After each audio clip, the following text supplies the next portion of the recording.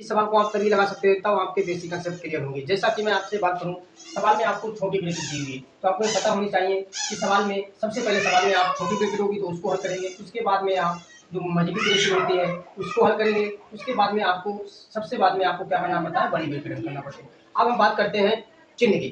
चिन्ह में आप सबसे पहले जहाँ पर आपको भाग दिया हुआ हो उसको हल करेंगे, फिर आपको गुणा दी हुई हो तो उसको हम गुणा करेंगे, इसके बाद में हम जोड़ेंगे, फिर सबसे बाद में हम लास्ट में घटाएंगे। तो ये सारी चीजें आपको पता होनी चाहिए। सवाल में आपको छोटी ब्रैकेट दी हुई है तो सबसे पहले हम छोटी ब्रैकेट हल करेंगे।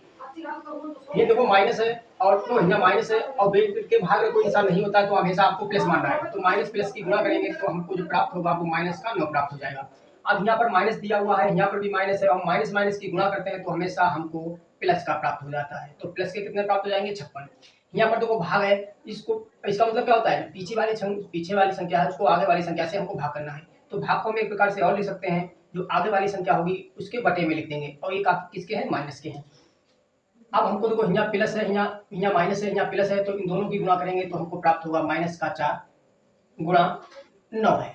अब यहाँ पर हम सबसे पहले क्या करेंगे, भाग, क्योंकि हमें भाग करना है। हम डायरेक्ट भी भाग करके बता सकते थे आपको, क्योंकि मुझे आपको सिखाना है। अब देखो यहाँ प्लस है, यहाँ माइनस है, सबसे पहले उतारेंगे 9।